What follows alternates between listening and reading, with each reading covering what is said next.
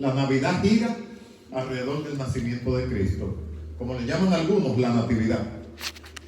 Y solamente Lucas y Mateo. Lucas y Mateo. Marcos y Juan se lavaron las manos, como digo yo. Lucas y Juan citan a Cristo ya siendo Jesús un adulto al comienzo de su ministerio, a los 30 años. Marcos y Juan. Marcos y Juan, correcto. Pero tanto Lucas como Mateo abordan el contexto, todo lo que rodea o los aspectos más importantes del nacimiento de Cristo. Y como la mayoría de los ministros utilizan a Lucas, yo he querido usar el Evangelio de Mateo para compartir con ustedes algunos aspectos del nacimiento de Jesús. Vamos a leer Mateo capítulo 2. Ustedes tienen un programa en la mano y el programa es usual que tenga el título del mensaje de cada domingo. Y el título es una pregunta. ¿Qué regalo puede impresionar a un rey? ¿Qué regalo puede impresionar a un rey? Porque la realeza tiene de todo. Y hoy sí vamos a comprobar qué regalo podemos darle al rey. Pero eso lo dejaremos al final. Vamos a leer Mateo capítulo 2. Mateo es el más judío de los evangelios. Mateo se interesa mucho en el récord genealógico de Cristo para probar que Cristo no fue un improvisado, que Cristo no fue un plagio, que Cristo era quien decía ser, el esperado y ansiado Mesías que esperaba Israel. Y Mateo hace ligeras referencias de María, de José, pero el Evangelio de Mateo se centra exclusivamente en la genealogía de Cristo, mayormente cuando aborda aquellos temas acerca del nacimiento del Señor. Lean conmigo Mateo capítulo 2 y vamos a leer del 1 al 12. La palabra del Señor dice así: Cuando Jesús nació en Belén de Judea, en días del rey Herodes, vinieron del oriente a Jerusalén unos magos diciendo: ¿Dónde está el rey de los judíos que ha nacido? Porque su estrella hemos visto en el oriente y venimos a adorarle. Oyendo esto, el rey Herodes se turbó y toda Jerusalén con él. Y convocados todos los principales sacerdotes y los escribas del pueblo, les preguntó dónde había de nacer el Cristo. Ellos le dijeron: en Belén de Judea, porque así está escrito por el profeta: y tú, Belén, de la tierra de Judá, no eres la más pequeña entre los príncipes de Judá, porque de ti saldrá un guiador que apacentará a mi pueblo Israel. Entonces Herodes, llamando en secreto a los magos, indagó diligentemente el tiempo de la aparición de la estrella, y enviándolos a Belén, dijo: id allá y averiguad con diligencia acerca del niño, y cuando le halléis, hacedmelo saber, para que yo también vaya y le adore. Ellos, habiendo oído al rey, se fueron, y he aquí la estrella que habían visto en el oriente iban delante de ellos, hasta que llegando se detuvo sobre donde estaba el niño. Y al ver la estrella se regocijaron con muy grande gozo. Y al entrar en la casa, vieron al niño con su madre María, y postrándose lo adoraron, y abriendo sus tesoros le ofrecieron presentes: oro, incienso y mirra. Pero siendo avisados por revelación en sueños que no volviesen a Herodes, regresaron a su tierra por otro camino. Oremos nuevamente a nuestro Padre Celestial para que Él nos lleve de la mano en este mensaje que hemos de compartir con ustedes. Padre Santo, hemos abierto tu palabra, las Sagradas Escrituras, la Biblia, la regla infalible de fe y conducta. Pero ayúdanos, Señor, frente a sus grandes verdades, ser mensajeros objetivos de la verdad bíblica. Que no interfieran ideologías, que no interfieran con el mensaje auténtico del Señor, ideas, opiniones o pensamientos del pastor. Quita al hombre, Señor, quita al pastor y pon al príncipe de los pastores aquí. Él es el centro de nuestra atención, Él es el centro de nuestra adoración. Cristo es nuestra Navidad. Le adoramos y le glorificamos. Gracias, Señor, en el nombre de Jesús. Amén, amén. Y amén. Y hermanos, yo soy un poquito atípico cuando he de exponer la palabra de Dios, porque el mensaje típico es el que se acopla enteramente a las estaciones. Obviamente yo traigo una reseña relacionada a la Navidad, pero no es generalmente lo que ustedes esperan. Cuando el Señor me dio este mensaje, no era el que yo esperaba. Yo esperaba dar el mensaje típico, no el mensaje atípico acerca de la palabra de Dios. Y hoy vamos a descubrir grandes verdades que nos van a ayudar a tener una idea más concreta del significado de esta época que vivimos. Y cómo la gente realmente, la mayoría, están equivocados. Tienen buena intención, pero están equivocados.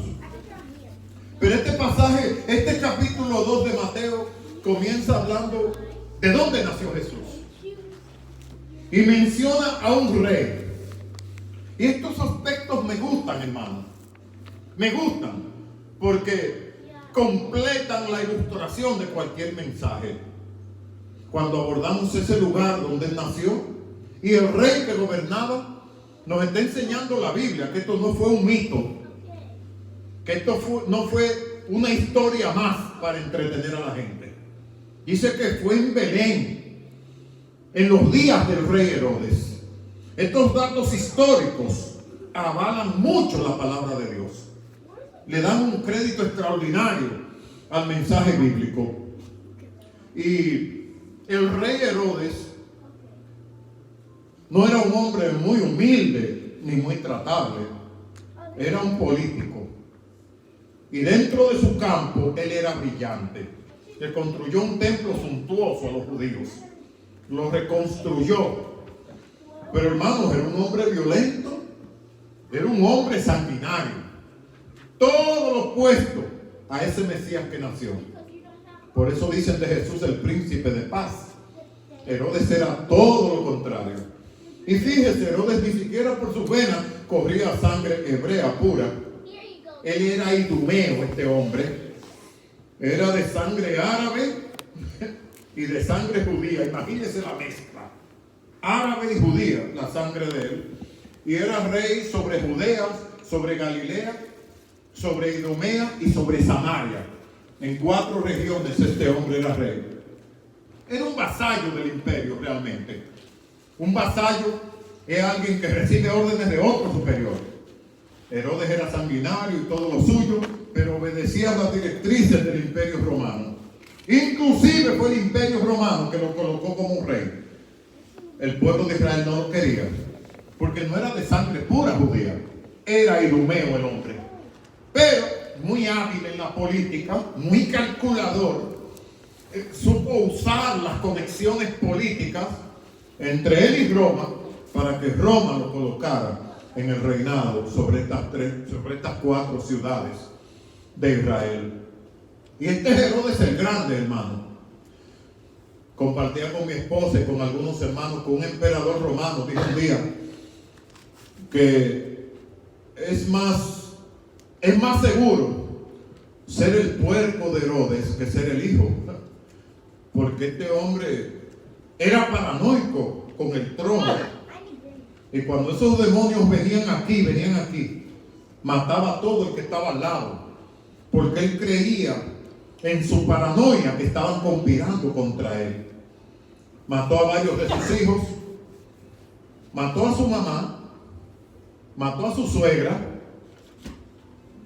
por la paranoia. Me quieren quitar el trono. Este es Herodes el Grande, hermano, del que estamos hablando hoy. Todo lo contrario al Señor Jesús. Pero hermano, hay un versículo que a mí me ha cautivado y tengo que ir con cuidado con el tiempo, porque los aspectos del versículo 2 a mí me ha cautivado grandemente. Acompáñenme a leer nuevamente y examinar el versículo 2 del capítulo 2. Gloria al Señor. Dice diciendo: ¿dónde está el rey de los judíos? Que su estrella, ¿dónde está el rey de los judíos que ha nacido? Porque su estrella hemos visto en el oriente y venimos a adorarle.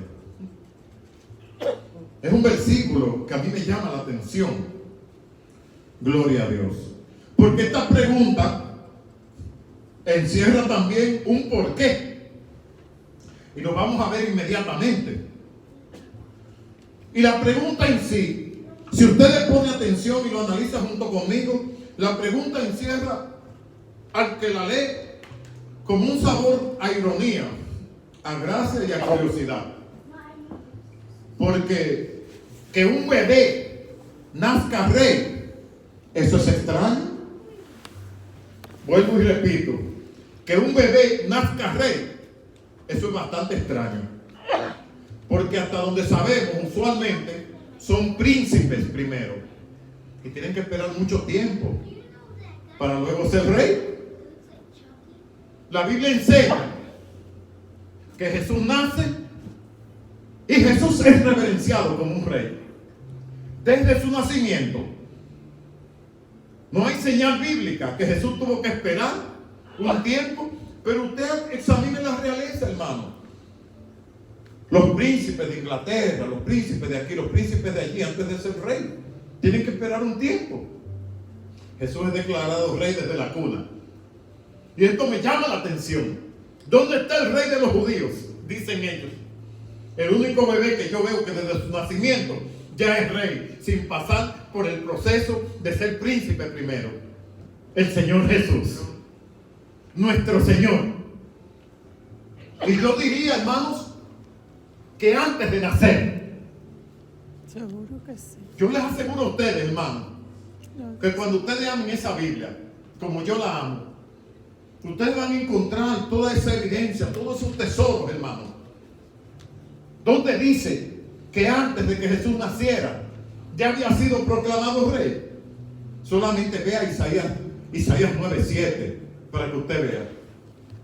Dice: lo dilatado de su imperio y la paz no tendrán límite sobre el trono de David, disponiéndolo y preparándolo. Del resto no me acuerdo, gloria a Dios. Pero mire qué interesante. Isaías 9:7, lo dilatado de su imperio. Y la paz no tendrá límites. Y la paz no tendrán límite sobre el trono de David. Sobre su reino. Gloria a Dios. No en la cuna, no en el momento de su nacimiento. Jesús no necesitó pasar por el proceso de un príncipe. 800 años atrás, ya Isaías vio el imperio de Jesucristo. Gloria al Señor. Recuérdese, hermano, llámese emperador, llámese faraón o llámese rey, los tres son equivalentes. Pero Jesús es el emperador de la eternidad, nuestro Señor Jesucristo. Alabamos a Dios por eso. No desde la cuna, hermano. Ya en sí es extraño que un niño desde su nacimiento haya sido ya declarado rey, sin haber pasado por el proceso de ser príncipe. Pero Jesús, mucho antes de nacer, ya ostentaba este privilegio. El estado de realeza de Jesús le fue otorgado al nacer, y aún mucho antes, Isaías 9:7, como ya yo les dije. Lo dilatado de su imperio y la paz, lo toma de manera poética. Cuando dice lo dilatado de la paz que va a traer Jesús, quiere decir que va a ser una paz que no terminará nunca. lo dilatado de su imperio, dice el Señor. Y ya usted sabe que el que dirige un imperio es un emperador. La palabra viene de ahí, de emperador, nuestro Señor Jesús. Y es que sobre Jesús descansa el imperio, o sea, la facultad de gobernar. No como gobiernan, hermanos, los reyes que hemos conocido, que muchos de ellos han protagonizado grandes pecados de índole moral. Mire, ese Augusto César que menciona el Evangelio de Lucas para enfocar el nacimiento de Cristo, probablemente fue el único emperador con un carácter noble, Augusto César. Lucas lo menciona, Mateo lo omite. Mateo prefiere concentrarse más en Herodes. Mateo, en vez de usar a los pastores, Mateo se concentra en los reyes que vienen de Oriente. Lucas se encarga de los pastores que van allí al pesebre y dan gloria a Dios. Los reyes van a Jesús con sus presentes. Y ese emperador, hermano, les digo, el resto de los hombres que gobernaron Roma, eso era perversión, eso era desenfreno, eso era homosexualidad, eso eran orgías, hermano. El más noble de todos fue Augusto César. Dios elige que este emperador fuera el rey sobre Roma cuando viniera su Mesías. Recuerden, hermano, si la facultad de gobernar venía en ese bebé, ya la facultad de gobernar ya estaba en Dios.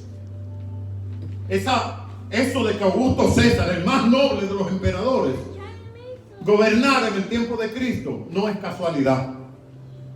Dios es que pone las fichas en el ajedrez de la historia. Y Dios quiso que fuera el emperador más noble que estuviera en el trono cuando naciera su Mesías. Y es interesante, mis amados hermanos, Jesús es el único rey que ha triunfado contra el pecado y aún contra la muerte.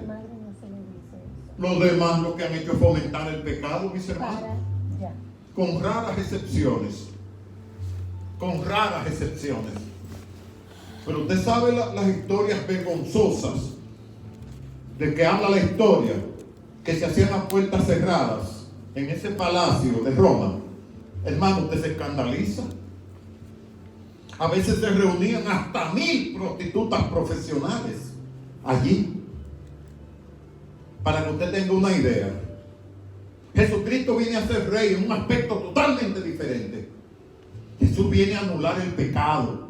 Jesús viene a limpiar las conciencias y a limpiar las almas y a limpiar nuestros corazones.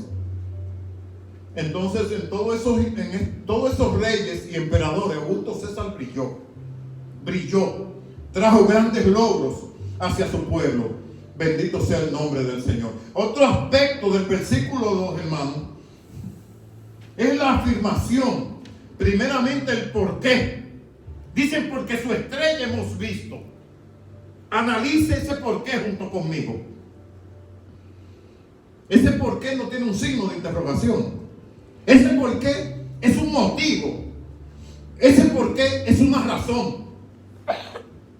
¿Por qué estamos buscando al rey de los judíos? Porque una estrella brilló y le hemos venido siguiendo. Una pregunta y un por qué. Y algo que a mí me llama la atención, que ellos dicen que ha nacido. Yo me quedo pasmado, hermanos. Pero ¿quién le dijo a estos magos que ya el rey había nacido? Póngase a pensar junto conmigo. Su estrella hemos visto al rey de los judíos que ha nacido. ¿Quién se atrevió a decirle a ellos que ya el rey había nacido? Si vienen de lejanas tierras, probablemente vienen de una travesía de año y medio, probablemente, y 2 años, como comentaba yo con los hermanos el viernes. Gloria al Señor. Yo encontré la satisfacción a mi pregunta de por qué ellos sabían que ya el rey había nacido. Ellos dicen que ha nacido, ellos no dicen que probablemente nació. Fíjense, es una afirmación categórica lo que ellos dan. Y cuando usted o yo dan una afirmación categórica, es porque no hay dudas. No hay dudas. Y yo resolví mi rompecabezas. Yo dije, wow, pero ¿quién le habrá revelado a ellos que ya nació? El Espíritu Santo, mis hermanos. El Espíritu Santo. La Biblia no lo dice, pero por razones lógicas, yo infiero esa verdad. Yo infiero esa verdad. Si usted examina, por ejemplo, Proverbios 8:17, ¿qué dice la palabra de Dios en Proverbios 8:17? ¿Qué dice el Señor? Yo amo a los que me aman y me revelo o me manifiesto a los que temprano me buscan. Ese verso de Proverbios 8:17 contesta mi pregunta, la mía, que la Biblia no lo declara, la Biblia no lo define, pero ese versículo de Proverbios 8:17 me da a entender que antes de que ellos siguieran la estrella, ellos ya conocían al Dios de los hebreos. Bendito sea el Señor. Y como Dios se manifiesta a los que temprano le buscan, ya ellos sabían. Ya tenían el Espíritu Santo guiándolos hacia esa estrella. Esa es mi postura, porque la Biblia no lo dice. Si usted tiene otra, compártala conmigo. Porque Proverbios, vuelvo y repito, yo amo a los que me aman y me manifiesto a los que temprano me buscan. Ellos dicen que ha nacido. Alguien se lo debe haber revelado. Y yo afirmativamente creo que fue el Espíritu Santo. El mismo que le reveló a Isaías en el capítulo 9, donde Isaías dice, un niño nos es dado y el principado sobre su hombro.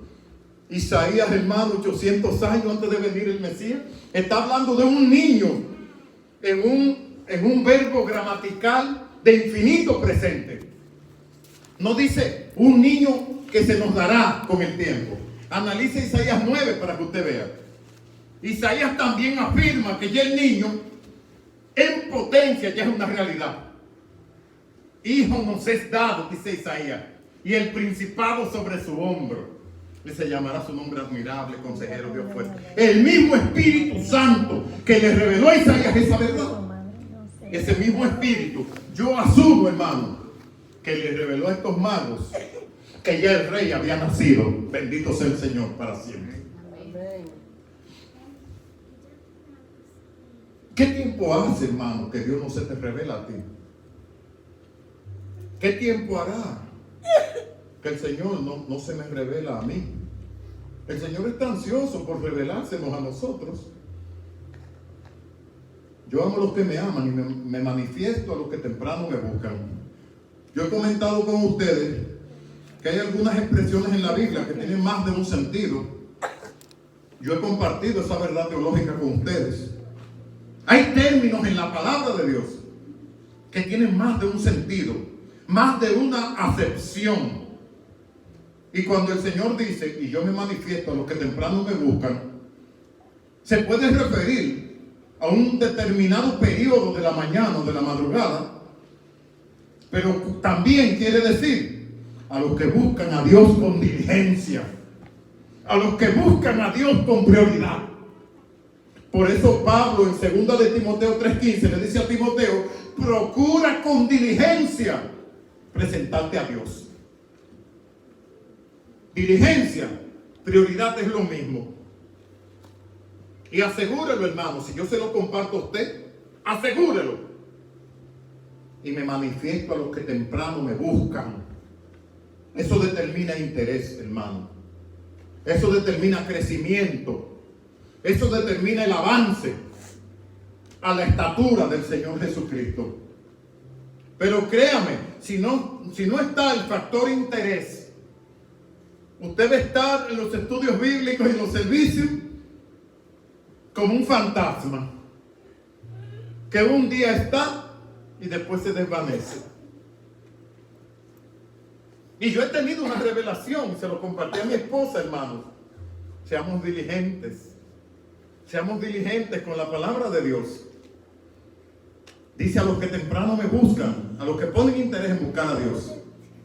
Porque qué vergonzoso sería que después de nosotros, que después de este rebaño, nos quedemos nosotros medio rezagados atrás y vengan otros y se nos adelanten.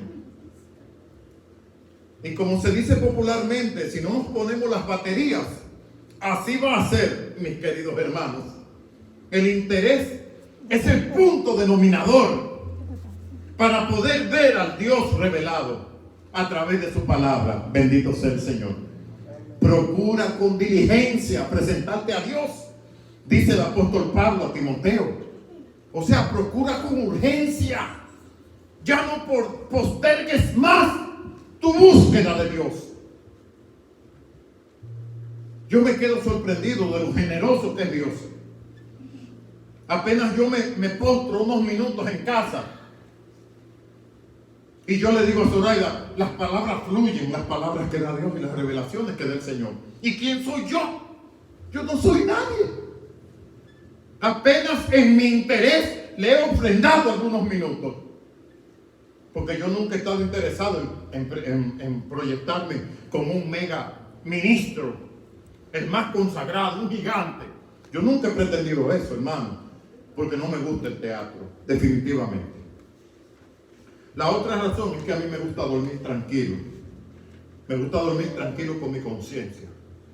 Pero esas cosas no es para que usted vea que consagrado es el pastor. No, es para que usted vea cómo Dios premia y recompensa, hermano, el interés que nosotros podamos poner mientras buscamos su rostro. Eso hicieron los magos. Créanme, para tener esa declaración categórica que ha nacido, obviamente, que una revelación importante tuvieron estos hombres, y que antes de seguir la estrella ya habían inquirido, ya habían averiguado en ese Dios hebreo que después de su pueblo haber salido cautivo de 400 años, fue capaz de abrir un mar delante de ellos, delante de sus ojos. Bendito sea el Señor. Denlo por seguro que esos magos tenían una referencia. La fama de Dios antecedía a ellos. Bendito Dios. Y es interesante ese versículo 2. Yo quiero que usted lo fragmente y usted después lo analice. ¿Dónde está el rey de los judíos? Ya solamente, ¿dónde está el rey de los judíos? Yo le pongo un punto. Aquí tiene una coma. Yo digo que la gramática divina es diferente a la gramática humana. Aquí tiene una coma. Yo le hubiera puesto un punto. ¿Dónde está el rey de los judíos? El único rey que ha nacido así es Jesús. ¿Qué ha nacido? Gloria al Señor. Haga lo suyo, mis hermanos. Haga lo suyo, ese versículo 2, mientras seguimos adelante. Me interesa mucho ese versículo 5. Ellos le dijeron: en Belén de Judea, porque así está escrito por el profeta. Y tú, Belén, de la tierra de Judá, no eres la más pequeña entre los príncipes de Judá, porque de ti saldrá un guiador que apacentará a mi pueblo Israel. Hablando con anticipación de un caudillo indiscutible, de un comandante en jefe, uno más que un general romano, refiriéndose a Jesucristo. ¿Y qué era Belén? Antes llamada Efrata, Belén, una región desconocida y pequeña. Sí, ellos tenían un orgullo, porque la dinastía davídica había nacido allí en Belén. Y como el Cristo debía venir del rey David, el rey David tuvo su dinastía y la familia de David pertenecían a Belén. Alabado sea el Señor. Dios es correcto, hermanos, con las crónicas bíblicas. Por eso yo les ruego a ustedes que traten de dominar la conexión entre el Antiguo Testamento profético y las verdades del Nuevo Testamento. Y créanme, nadie lo va a confundir a ustedes. Nadie. Porque hay una conexión perfecta entre las referencias proféticas del Antiguo Testamento y el Nuevo Testamento. Con una perfección cronológica que usted dice: solamente Dios, solamente el Señor. Pero sigan conmigo analizando estos maravillosos versos. Dice el versículo 9: ellos, habiendo oído al rey, se fueron, y aquí la estrella que habían visto en el oriente iba delante de ellos. hasta que llegando se detuvo sobre donde estaba el niño. Y al ver la estrella, se regocijaron grandemente. Gloria al Señor. Papi. Gloria al Señor. Papá. Bienvenidos. Gloria a Dios. Usted ve, mi hermano, no vengamos a la iglesia con las caras largas. Por eso fue que mi esposa les dijo: regocíjense hoy. Regocijémonos siempre. ¿Quién es él? Dice que ellos se regocijaron en gran manera. No dice simplemente, y ellos se alegraron. Usted ve, note el adverbio de grado allí. Para que nos regocijemos también, mis hermanos, acerca de esta experiencia de conocer al Señor. Y ya los versículos 6 en adelante, todos son interesantes, hermanos, de este capítulo 2 de Mateo. Estamos en el 10. En el 10, y al ver la estrella se regocijaron con muy grande gozo. Deberíamos estar así nosotros todo el tiempo, los cristianos. Pablo dijo: he aprendido a contentarme, cualquiera sea mi situación. Sé tener abundancia y sé tener necesidad, dijo el apóstol Pablo. Y lo probó, mis hermanos, porque donde habita el Espíritu Santo, no hay calamidad, ni problema, ni falta de la renta, ni paga del teléfono que nos falte, que sea capaz de quitarnos el gozo que ya Cristo puso en nuestros corazones a través del Espíritu Santo. Dice: al ver la estrella se regocijaron con muy grande gozo. Y dice el verso 11: y al entrar en la casa, vieron al niño con su madre y postrándose. Yo quiero dejarlo de postrarse para ahorita, mis hermanos. Pero ¿qué pasó con el pesebre? Dice el verso 11: entrando a la casa. Alabado sea el Señor. Yo me alegro mucho de haber hecho una corrección. Perdón, mis hermanos, porque aún el viernes le había comentado yo a los hermanos que estuvieron allá en el estudio que realmente el Jesús del pesebre no es el Jesús de la casa aquí. Yo asumía y compartí la información incorrecta que ya donde los magos llegan es supuestamente Nazaret. Hermanos, todavía Jesús, todavía María y todavía José están en Belén. Bendito sea el Señor. No estaban en Nazaret todavía. Que de los pastores que fueron a verle y le adoraron, al tiempo de los magos pasó un tiempo, sí es cierto, probablemente transcurrió un año o un año y pico. Gracias, hermano. Pero examine ese versículo 11. Ya no es el pesebre. Dice: y entrando ellos a la casa, y al entrar en la casa vieron al niño con su madre. ¿Qué explicación entonces le podemos dar a esto? Usted revisa Lucas, que no es Mateo, y usted va a ver que después que Jesús nace, hay que presentarlo a los 8 días. ¿Dónde Jesús tiene que ser presentado? En el templo de Jerusalén, que estaba a 6 kilómetros de Belén. Por tanto, no podían estar allá en Nazaret. Nazaret estaba aproximadamente a 125 kilómetros. Ellos no van a estar yendo allá y viniendo a cada momento. María, José y el niño se pasaron un largo tiempo, probablemente un año, en los alrededores de Belén. Examine Lucas capítulo 2, que entra más en esa información. El niño tuvo que ser presentado a los 8 días. El niño tuvo que ser circuncidado. ¿Y dónde era que circuncidaban a los niños? En el templo. Dice: y después de María haber pasado su tiempo de purificación también. Eso fue ahí en Belén. Entonces usted dirá: pero hermano, ¿y qué se hizo el pesebre? Ahí es que el hombre y la mujer de Dios tienen que pensar con reverencia y buscar verdades en el Espíritu Santo. ¿Dónde está el pesebre? Ahora me está hablando de una casa. Pero ellos estaban en Belén todavía, mis hermanos. Asegúrenlo. El grueso de las evidencias bíblicas dicen que estaban en Belén todavía. No habían subido a Nazaret. Jesús nació en Belén, pero se crió en Nazaret. Jesús comenzó su ministerio allá en Nazaret, en Galilea. Pero todavía aquí estaban en Belén. Alabado sea el Señor. Amados, ¿cómo se contesta esa pregunta? ¿Que de pesebre a una casa? Probablemente los presentes que los magos llevaron, que eran presentes costosos, déjeme decirle, incienso, oro y mirra. Probablemente los padres del niño lo utilizaron para mejorar su estado de vida, hermanos. Créame que en el grueso de las escrituras, si ese fue el caso, Dios no les reprochó a María y a José que hubieran usado los presentes del niño para mejorar, hermanos, su estado de vida. Y eso es una posibilidad, hermanos. La Biblia no lo dice. Pero ya aquí en Mateo no me habla de pesebre, me habla de que entraron a la casa. Gloria a Dios. Los padres tenían la libertad, porque el niño no iba a usar eso en ese momento. El niño era muy pequeño.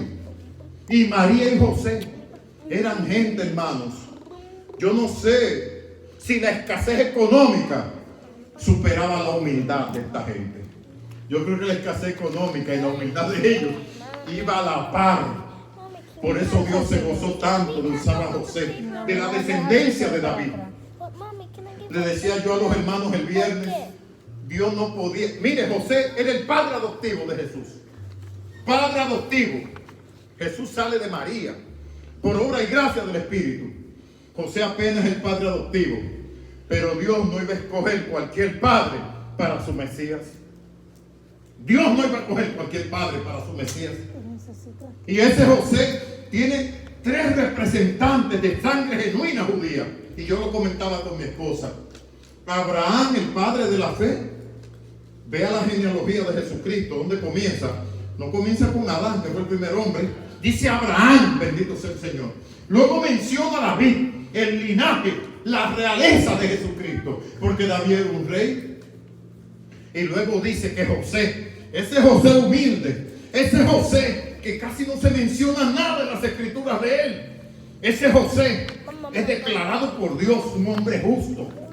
Y mire, cuando Dios nos declara justo, no hay título más grande en la tierra que supere lo que Dios declare de nosotros. Bendito sea el Señor. Fue un fenómeno extraño que esa muchacha quedara embarazada siendo señorita. Pero la honorabilidad de José protegió a María. Si José hubiera sido un machista empedernido, dice, me engañó, a esa no la perdono más.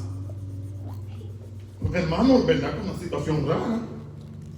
¿Cómo hubiéramos reaccionado los caballeros que estamos aquí presentes? Le decía yo a mi esposa, y con esto entro y salgo rápido del mensaje, que yo tenía un compañero de trabajo en la autoridad de la vivienda. Y él en ese proceso recién se casó. Y él hablaba mucho de su novia. Y hablaba del amor que le tenía. Y en su primera experiencia se da cuenta que ella no era virgen. El muchacho se indignó de una forma y se amargó. Y yo le dije, precisamente se llama David él. Y le digo, David, pero siéntate a conversar con ella.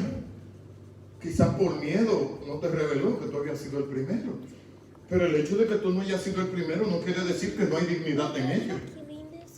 Hermanos, los hombres no somos santos tampoco. No somos santos. Y me dijo, no, yo con ella no voy a hablar, la llevo rápido por su papá.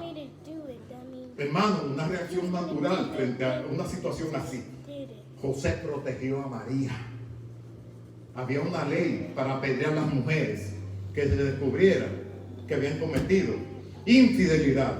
Porque ese compromiso que tenía María con José tenía peso matrimonial. Ya para todos, para la sociedad, José pertenecía a María y María pertenecía a José. Bendito sea el Señor. Dios no podía haber escogido a cualquiera para ser el padre del Mesías. Alabado sea el Señor. Y qué bueno que eso se nos ajusta a nosotros también.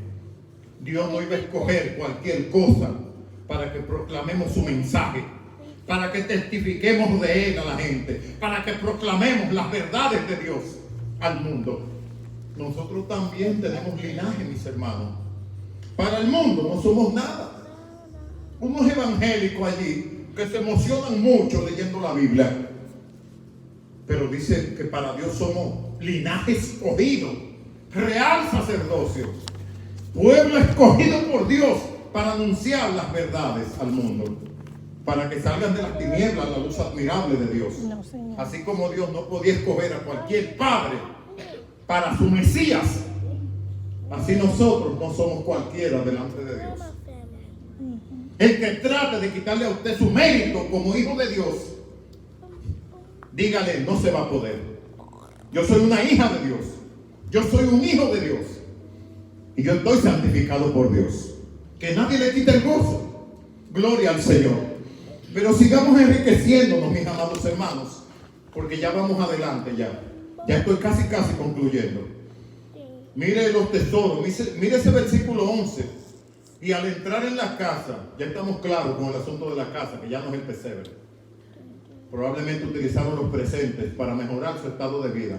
José y María, hermanos, lo necesitaban y tenían todos sus derechos. Al niño no le iban a servir mucho en ese momento. Es más, el mensaje simbólico que tiene eso, que el uso inmediato. Y a María y a José le sirvieron más. Si ese es el caso, hermano, porque la Biblia no lo dice. Dice, y postrándose lo adoraron y abriendo sus tesoros. Postrándose le adoraron, bendito sea el Señor. Postrándose quiere decir que se arrodillaron frente al Señor. El Dios del Antiguo Testamento, el Dios de toda la Biblia, prohibía que la gente adorara a seres humanos, a ángeles, a superhombres. La Biblia lo prohibía. Para el Dios del Antiguo Testamento eso era idolatría. Porque ellos se postraron ante el niño, porque el niño era Dios. Fíjese, porque el niño era Dios. Alabado el nombre del Señor. Quizá esto es un anticipo a lo que dice Pablo en Romanos 14, que toda rodilla se doblará y toda lengua confesará que Jesucristo es el Señor. Todas rodillas, hermano, los que quieran y no quieran, van a tener que doblarse ante la presencia de Cristo. Gloria al Señor. Y con esto estoy concluyendo ya, mis amados hermanos. Postrémonos a la presencia del Señor y adorémosle siempre. Yo quiero volver a la pregunta mientras concluyo este mensaje. ¿Qué presente le podemos regalar a un rey? El himno que cantamos lo dice. Tributémosle nuestra adoración a Él. Tributémosle todo lo que somos. ¿Usted cree que este rey no hay algo que usted le pueda dar que lo pueda impresionar? Tribútele su vida para que usted vea. Propóngase en su corazón.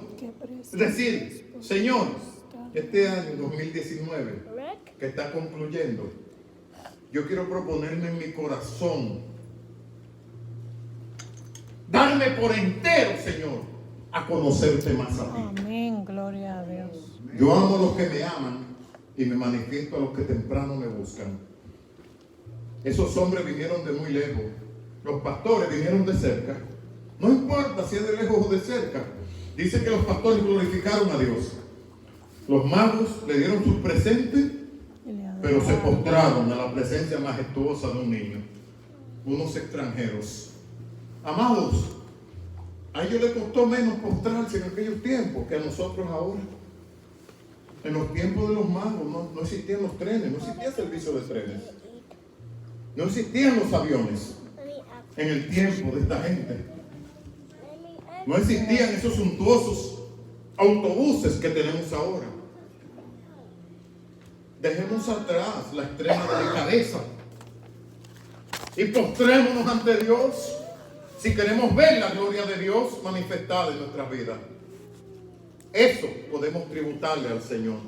Bendito Dios, aleluya. Y demostrarle al Señor que somos diferentes, que no somos como la mayoría. Ya estoy concluyendo, hermano, ya yo se lo dije. ¿Qué hace la mayoría en el tiempo de Navidad? Que compran, se apresuran. Después, póngalo allí. Son acciones compulsivas, hermano. Y los cristianos están metidos en ese bonche. Porque sería bueno decir, no, nosotros tenemos el espíritu. Y nosotros en su momento iremos a la tienda y compraremos lo que necesitamos. Dijo una vez un actor, compramos cosas que no necesitamos, con dinero que no tenemos, para agradar a gente que no nos quiere, compradores compulsivos.